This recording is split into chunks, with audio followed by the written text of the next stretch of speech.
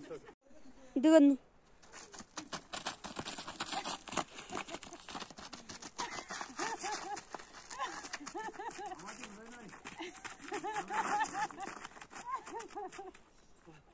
Start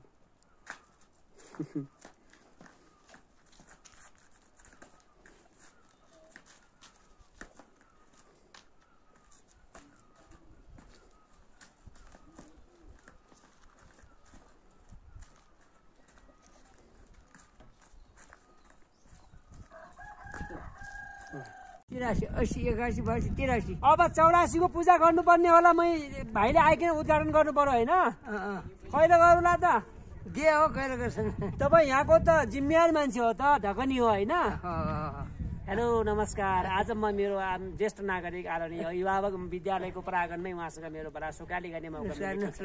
उहाँलाई म अत्यन्तै हृदयदेखि आभार व्यक्त गर्न चाहन्छु। उहाँ ज्येष्ठ नागरिक भएको हुनाले उहाँलाई सामाजिक सञ्जालमा पनि उहाँलाई मेरो देखाउने प्रयत्न छ।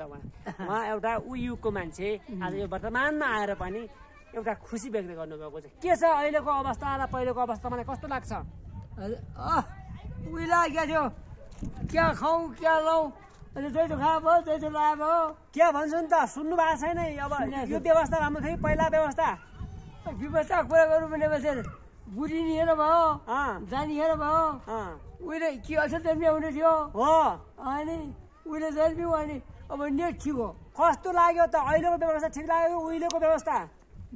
जीवनमा यो राम्रो खासा हो यो खासा हो रोटामा मिल्दैन जे भए मिलिन्छ। अनि यहाँ क्या लोकतन्त्र राम्रो छैन भन्छन् त मान्छे अनि राजा आऊ देश बचाऊ भन्न आँटे अनि राजा ल्याउनु पर्यो न कहिले लोकतन्त्र ल्याउने लोकतन्त्र फालेर राजा ल्याउने गरे देशमा राजतन्त्र ल्याउने गरे क्या गरौँ अनि तपाईँ उहिला राजावादी उहिला राजा भए बेला मान्छे तपाईँ हुनु हो तपाईँ भनिदिनुहोस् क्या 84 वर्ष मान्छे अहिले यो लोकतन्त्र अहिले यो ठिक छ कि राजतन्त्र ठिक छ?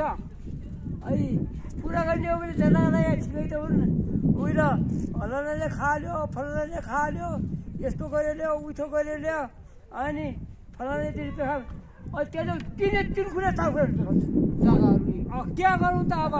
अनि वाटर नगरे वहाँ खाल्यो वाटर नगरे वहाँ खाल्यो त्यो पाटनबारी जुम्ला गरेपछि पछि 38 कटुको भुल्किया टुकिया सब बिग्रिएर पैसा खाएर हामी पर मान्छेहरू मुन्थ्योहरू अनि त्यो पैसा दिँदै गाउँभरि जिल्लाभरि मारेर पैसा हामी गतिला भन्छन् हङ्मुन्न गतिला बुझी उहिला भन्छ जुन बुझी बिमानी बुझ्छु बिमानी भइया बिमानी मान्छे तै पनि व्यवस्था त राम्रो छ नि हो व्यवस्था राम्रो हो मान्छे राम्रो मान्छे चाहिँ नराम्रो भए होइन मान्छे त्यो राम्रो छ नि व्यवस्था राम्रो छ व्यवस्था त राम्रो हो यही के अरे सङ्घीय लोकतान्त्रिक गणतन्त्रै राम्रो छ होइन आएपछि अहिले हो यहाँ चाहिँ आयो यहाँ चाहिँ कहिले आयो तर नेपाल लगिर है यो नाच्नु अब एकपल्ट नाच्नु अब नाच्नु एकपल्ट नाच्ने हो त्यो